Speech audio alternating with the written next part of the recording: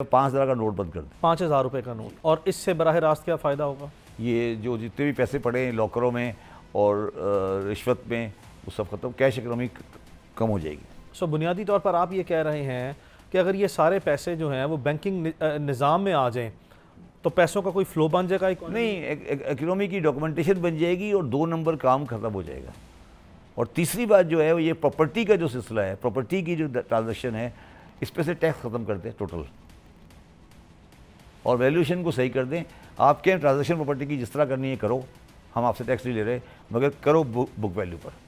क्या state bank of Pakistan ने हकीकी मानों में कभी अपना रोल सही तरह अदा किया है और इसका क्या इम्पैक्ट है इकोनॉमी पे? नहीं, स्टेट बैंक ऑफ पाकिस्तान देखिए बेचारे जो कर रहे हैं ना, देखिए सवाल ये नहीं है, सवाल ये है कि ये सारी खराबी जो आज है ये क्यों है, आपके ख्याल में क्यों है? माइंड सेट है मुसलमान का, ख़ास तौर पे अगर आप मेरी बात को काटो नहीं, मुसलमान का माइंड सेट ये है कि कोई चीज़ डॉक्यूमेंट नहीं करो। उनके अंदर एक इल्यूजन है कि हमारे पास कोई निज़ाम है इस्लामी, जो है नहीं। हकीकी मानों में आप इम्प्लीमेंटेशन की बात कर रहे हैं? नहीं, वैसे भी या कॉन्सेप्चुअली नहीं है? है ही नहीं, है ही नहीं।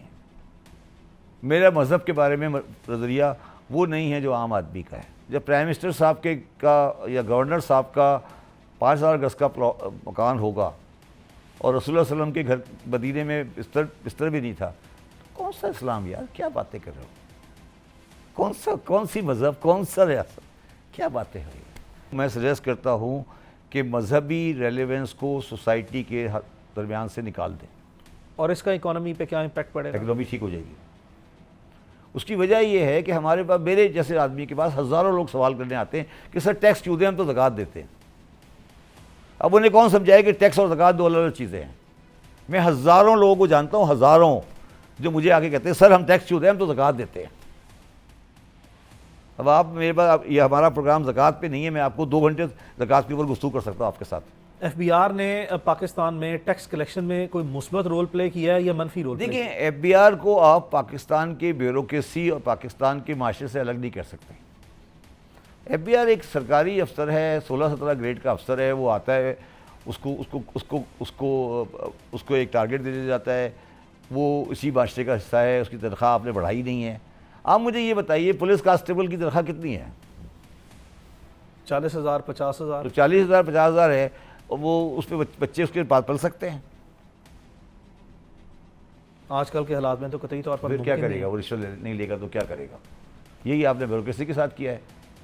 ब्यूरोक्रेसी को आपने रिश्वत के लिए मजबूर कर दिया है। मतलब आज ब्यूरोक्रेसी रिश्वत के लिए मजबूर है। करप्शन को छोड़ दें आप। अगर एक ब्यूरोक्रेट है 17 ग्रेड का, क्या तनख्वाह है उसकी?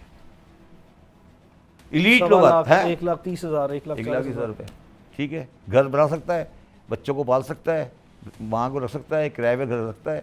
बताइए आप, जो कि 17 ग्रेड का सरकारी अफसर है। तो ये क्या बकवास है?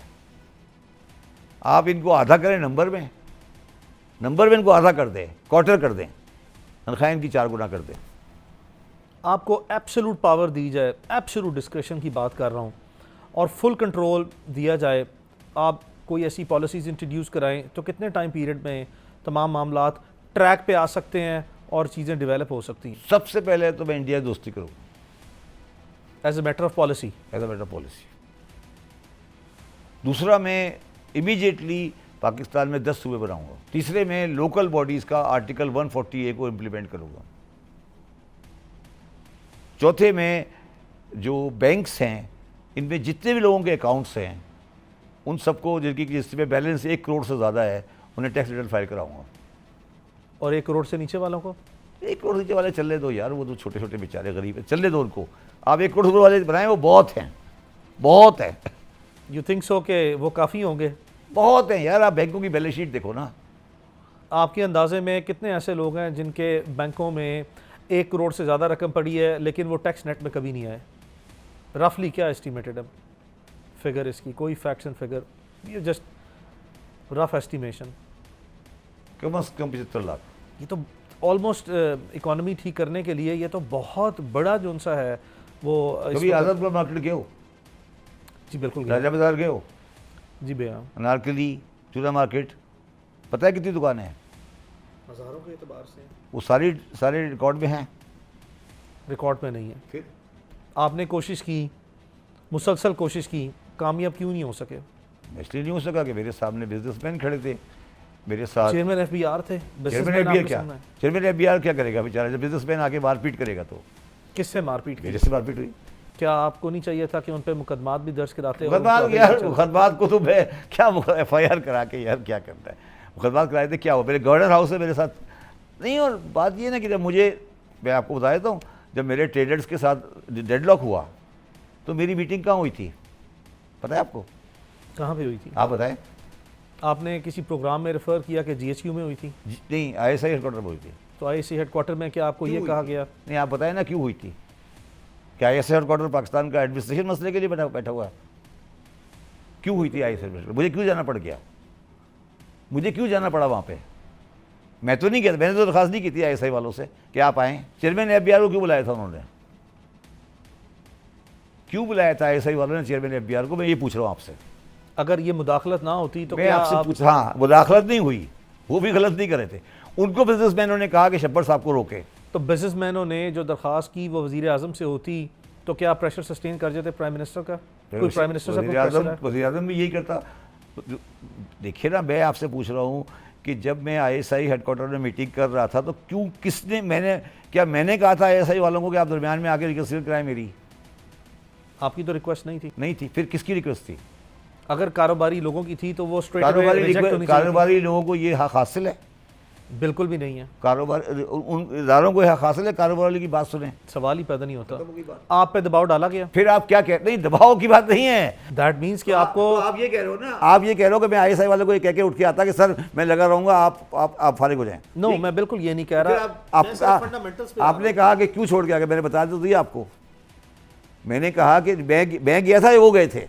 तो इसका मतलब ये है कि कल कला को कोई भी मुल्क की बेहतरी के लिए इकदामात करेगा तो ये तो हर बार, अगर किसी कारोबारी तबके ने एक मरतबा रोका है, दूसरी मरतबा कैसे रोकेंगे? दूसरी मरतबा अभी एक्सचेंज कमेटी पे किया ना, जब इन्होंने इदारों ने कहा है उनको सीधे बन जाओ, सीधे हो गए। अगर मेरे साथ भी जो बंदे बैठे हुए थे वो कहते कारोबारियों को इंसान बन जाओ, सही बात है। तो बुनियादी तौर पर आप ये कह रहे हैं कि इंतहाई सख्त इकदामात जिस तरह के मनी एक्सचेंजर्स के ऊपर क्रैकडाउन करके और डंडा दिखा के जो है वो रियासती डंडा जो है अच्छे इकदामात करने के लिए इस्तेमाल हुआ है। यही रियासती डंडा जो है वो रियासत के मफाद में जो चीज़ें होनी चाहिए थी, ख़ासकर इकनॉमिकली, करो, वो नहीं करने दी गई ना। आज भी नहीं करने दी जा रही, आज भी नहीं हो रही चंदा। आज भी रिटेलर पे कहाँ आ रहा है प्रॉपर? क्यों नहीं किया अभी तक? सर्वे क्यों नहीं किया? आज भी कहाँ हो रहा है? ट्रैक एंड ट्रेस हो रहा है? टेक्नोलॉजी तो आई है लेकिन इम्प्लीमेंटेशन तो नहीं हो रही, बहुत ही वही तो वो बैल आया था ना। रेयरली। तो वही तो पूछ रहा हूँ, क्यों नहीं हो रहा? जब बिल्कुल पानी यहाँ तक आता है फिर आ जाते हैं। हालांकि ट्रैक एंड ट्रेस का तो शब्बर साहब बहुत ज़्यादा फ़ायदा हुआ इकोनॉमी को। यार मैं लाया था ना, 10 साल से पेंडिंग पड़ा था ना, मैंने एक्टिवेट कराया था ना। क्यों नहीं चला? POS चल रहा है, ना होने के बराबर चल रहा है। फिर क्यों नहीं चल रहा? आप क्यों नहीं POS वाले 5 बंदे अंदर करते? क्यों नहीं छापे डालते? क्यों नहीं रेंजर से छापे डलवाते POS के ऊपर? क्यों नहीं ISI वाले बंदे जाके POS को वालों को हाथ डालते? देखिए ना, हमारे यहाँ रिएक्शन जब आता है, आपका कहना अरे यार मेरी बात नहीं समझे। जब आपको एक्सचेंज कंपनी को हाथ डालना है, आपने ISI के थ्रू डलवा दिया, तो जहाँ आपको ज़रूरत पड़ती है आप डाल देते। जब आप पानी यहाँ तक नहीं आता आप नहीं डालते। मैं ये नहीं कह रहा एक तरफ, मैं ये कह रहा हूँ कि सख्ती करनी है तो सब मेरे सब पीछे इदारा खड़ा हो ना।